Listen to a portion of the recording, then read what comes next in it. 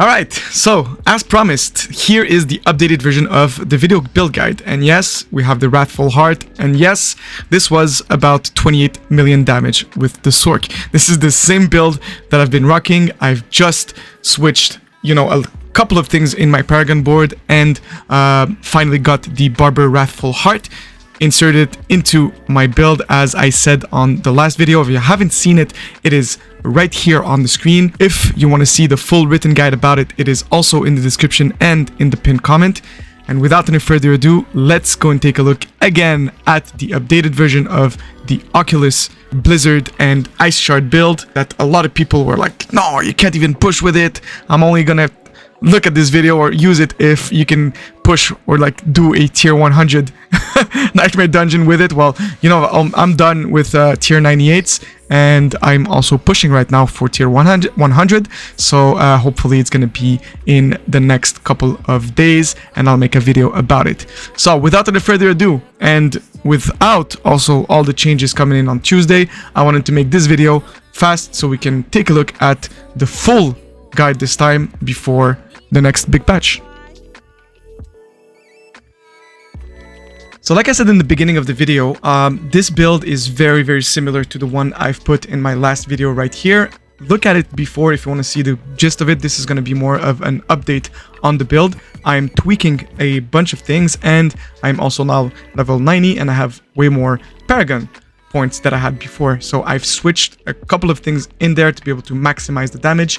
And on top of that, I've had a change of amulet and a change also of boots. I've incorporated a couple of new items in the build to be able to make this kind of damage. But most importantly, the Barber Wrathful Heart. It is the single most important damage you will be able to get in the build because it's basically going to quadruple or even tenfold your damage.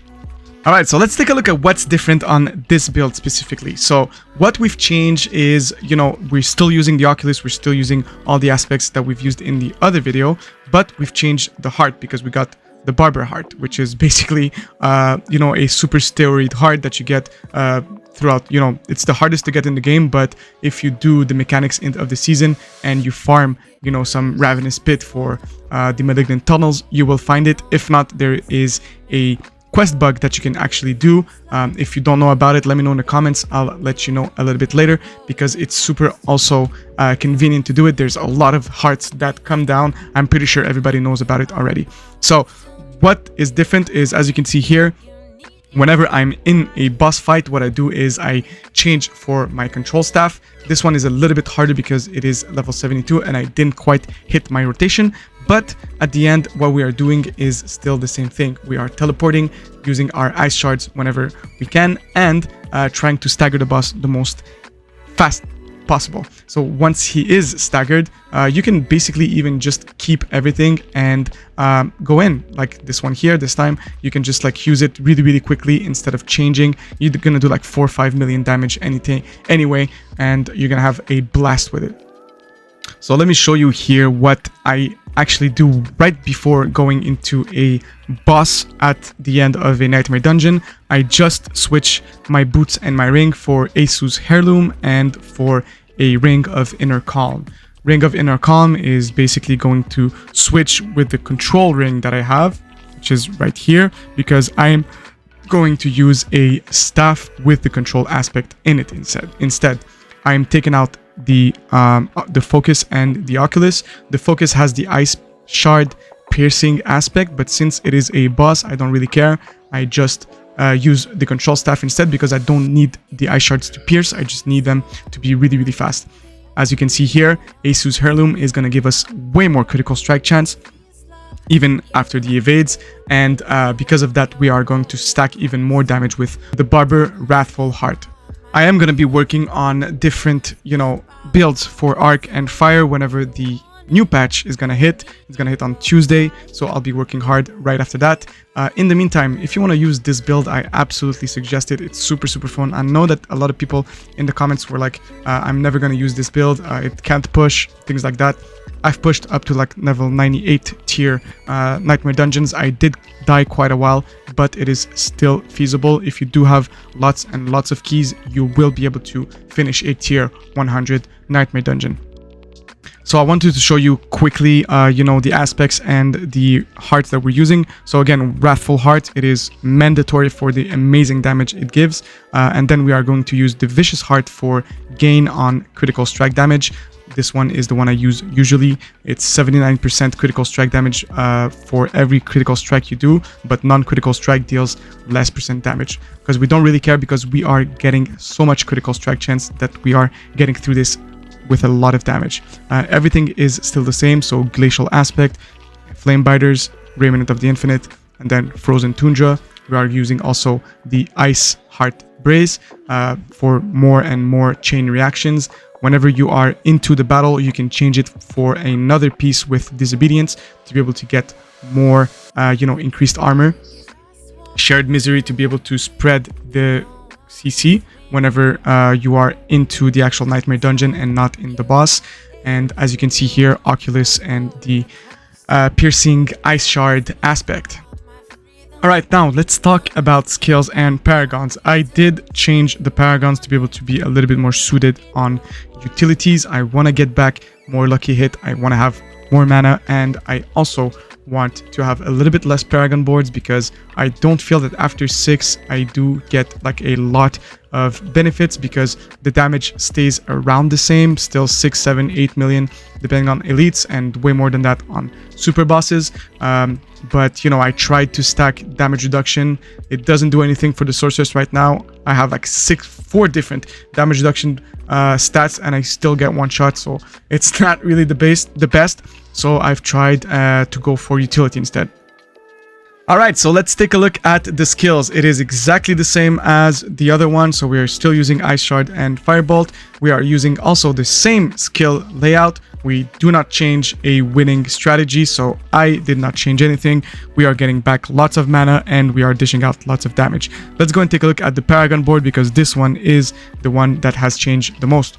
So I went for more utilities this time, because I you know, did a little bit of tests, and more than 6 boards doesn't give me that much more damage, so I don't really care about it. So we are using Elementalist as our first glyph on the first board.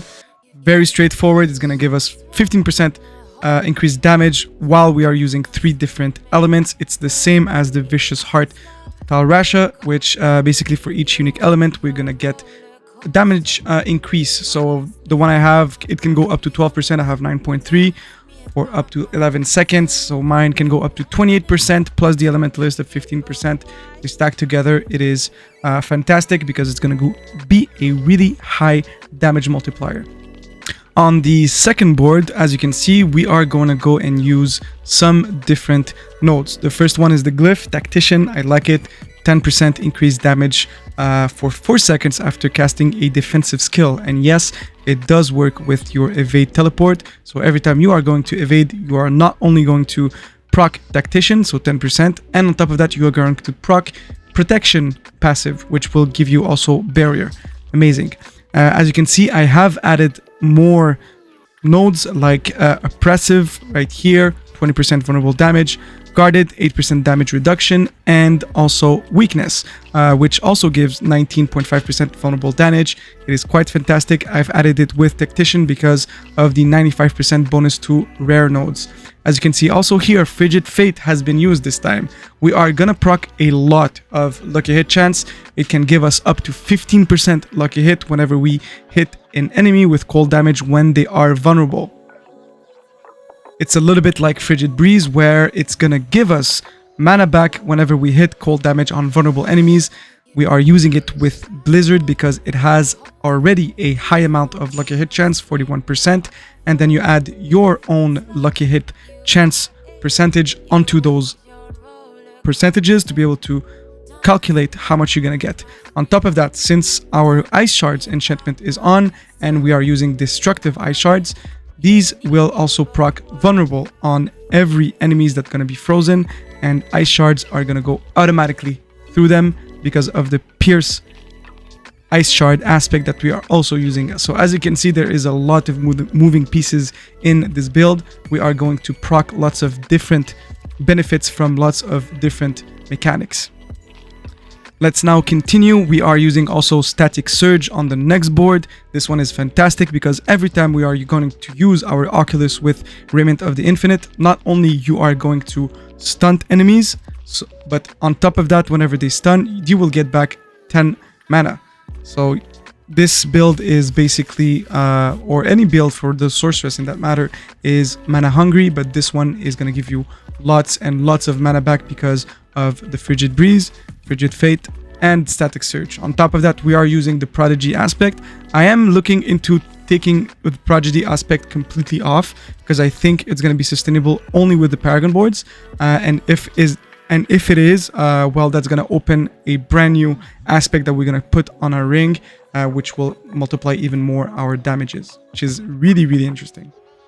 As you can see here, also in the Static Surge Paragon board, I have added all 3 rare nodes for the stunt. Whenever you activate the second effect and the percentage, you get 30% stunt damage to stunt enemies, which is absolutely insane.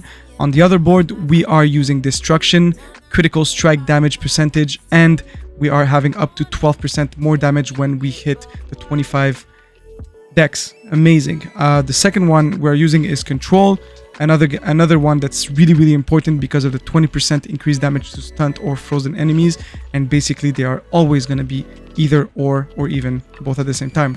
Plus we get the benefits of a certain percentage, about 70% of crowd control damage. And then we are using Exploit for the vulnerable damage because it is one of the best stats in the game after critical strike damage and critical strike chance. And there you go, everyone, the updated version with the Wrathful Heart. We are dishing out lots and lots of damage. We are getting back mana at a insane rate because of the legendary nodes that we are now using. Legendary nodes like Static Surge, like Frigid Fate. They are both really, really good. And on top of that, you know, we have lots and lots of damage because of the Wrathful, because of the attacks and Asus. As you can see here, we completely demolish any boss now. It's cool because they are going to update the health pool of some of the bosses in Nightmare Dungeons. So I am going to update again this build after the patch of Tuesday. But in the meantime, I do hope that you guys feel this one. You can push with it. You can have really high damage outputs with it. And I know that I'm having lots and lots of fun with it. And there you have it, everyone. That's the build. I do hope that you guys are gonna try it. It is super, super fun. I do know that I have a lot of fun when I play it. There's a lot of cooldown reduction. There's a lot of mana getting back, lots of blizzard, and lots of damage. My name is Ghost of Seas once again, everybody. If you do like this kind of content, please leave a like, a comment, and a subscription. It is a free and fantastic way to help this channel. And let me know in the comments if you did like or you absolutely hated this build. Peace!